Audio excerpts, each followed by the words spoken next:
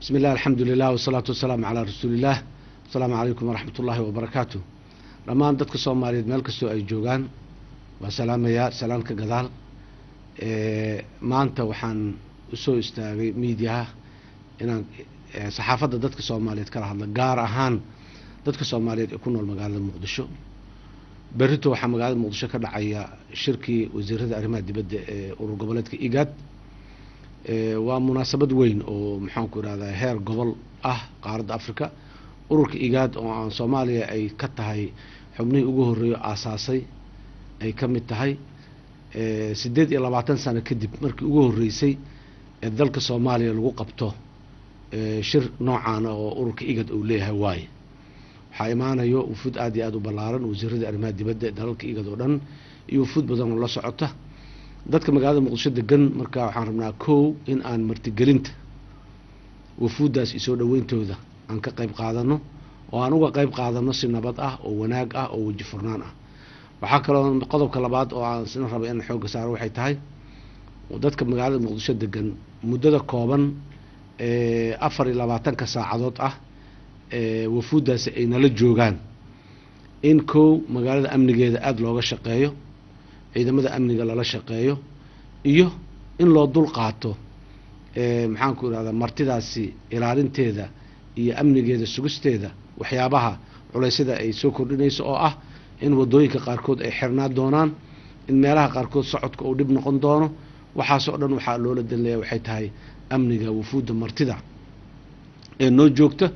ma aha muxuu ahay in dadka Soomaaliyeed lagu dhigo ama dadka magaalada Muqdisho degan gaar ahaan culeys lagu saaro ma dadka dawladdu waxay u taagan tahay in culeys ka yareyso sumcaddii iyo haybadii iyo sharaftii dawladnimo aan lahayn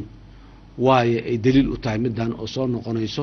waayahan dabo dhan na soo noqonayso runtii waxaan rabaa dalka inaan ugu hambaliyeeyo dadka Soomaaliyeed maanta in ay dalkeeni inuu yahay meel dib ugu soo noqonayo meelihii uu ka maqnaa sanooyinka badan meelihii uu xaq u lahaa ee ka banaana kuraastiisu ka banaaneed nashaataadkii ama hawlihii dalkan iyo dadkan ay xaq u lahaayeen haybadooda iyo sharaftooda in lagu ilaaliyo lagu waxeeyo imaatanka wasiirada arrimaha dibadda oo waliba mararka qaarkood meelo badan marka lagu qabanayo way kala maqnaan jireen markaan aan kala maqnayn inay yimaadaan dalka Soomaaliya magaalada Muqdisho oo ay magaalada gudaheeda soo degaan cawada nala hoydaan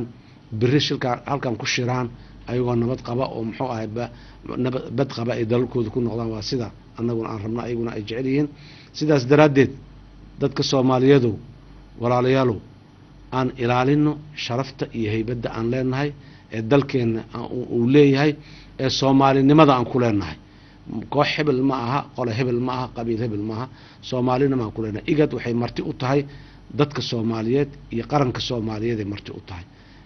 cid gaara iyo koox gaara marti u maaha kuwa xunxun dacaayadaha ka sameynaya shirka muxuu ahay nabadgelyo darrada ku keenaya shirka waxba isma dooriyaan waa dad aan Soomaaliya sharaf iyo haybad la rabin yeenan ogolaanin yeenan dhageysanin dulqaadna aan muujino annan kala shaqeyno dawladda federaalka ee Soomaaliya qaybaheeda kala duwan iyo ciidamadeeda nabadgelyada amniga aan kala shaqeyno oo aad iyo aad u si xoogan usbuuci la soo dhaafo dhanna muxuu ahay hawl adag ku jiray si amniga magaalada Muqdisho ay u sugaan haatana muxuu ahay u taagan wali inay sugaan halala shaqeeyo haloo dulqaato ayaan muxuu ahay u soo jeedinayaa dadka Muqdisho ku nool muddadaas 24 saaca yani culayska ay nasaaraysa iyo haybadda iyo sharafta iyo karaamada qarannimo dawladnimo umadnimo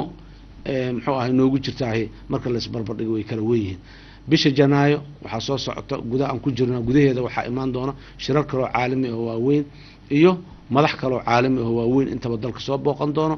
intaas oo dhan waxay daliil u tahay dalkan dal degan oo nabad ah inuu yahay dadkuna ay haatan ku soo haliilayaan in ay yimaadaan oo ay maxaan ku raad arkaan marka ugu horeysa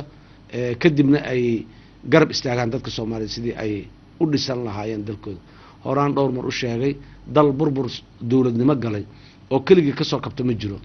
dal walba wuxuu ku soo kabtay kaalmo caalami ah kaalmada caalamiga ana waxay ku timaadaa in lagu kalsoonaado dalkaani inuu dagaalka sokeeyo calaadii burburka ka baxay oo markaan uu diyaar u yahay dawladnimo